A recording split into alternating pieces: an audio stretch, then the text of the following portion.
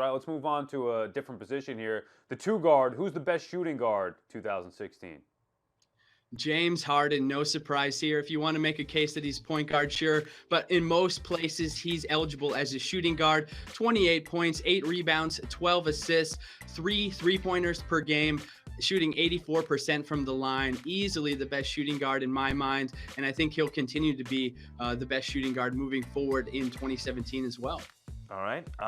And then we get to point guard, and I don't know, is there really any question as to who, maybe the question is, who's number 2? Who's the second best point guard in the NBA as far as fantasy basketball is concerned? You know what? You could go a lot of places. Chris Paul is having a great year, but you might actually say Giannis. It's hard for me to put Giannis in a position, but in terms of point guard, you might actually go with Giannis because he's giving you value from all over the place. Of course, number 1 is Russell Westbrook. He's leading the way in terms of production from the point guard.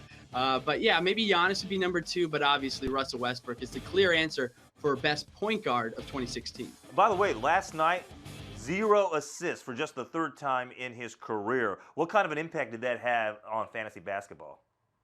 Yeah, in terms of daily fantasy, if you had him in your lineup like I did last night, you didn't win any money. It was as simple as that. He got you about 25 fantasy points.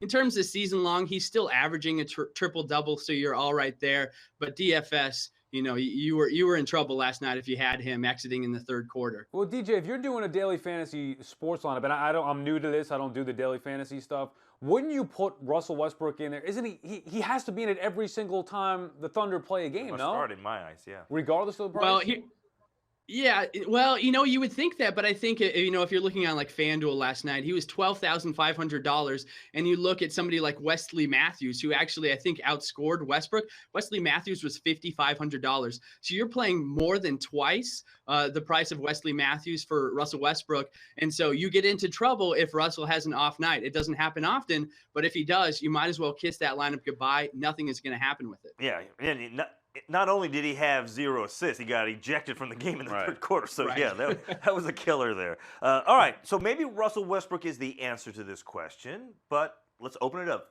For the entirety of the calendar year, going back to January 1st, and we've seen some outstanding performances and players so far this year. When you look back then, going back to January 1st, who was the fantasy basketball MVP?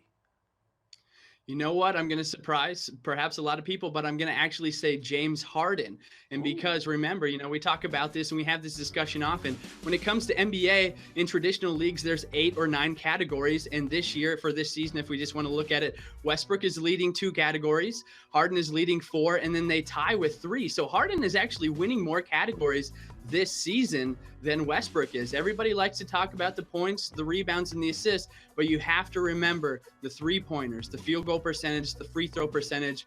Harden did a great job of that at the end of last season as well. So for 2016, I'm going to give the nod to James Harden and not Russell Westbrook, but please, it's very close. It's not a wide margin.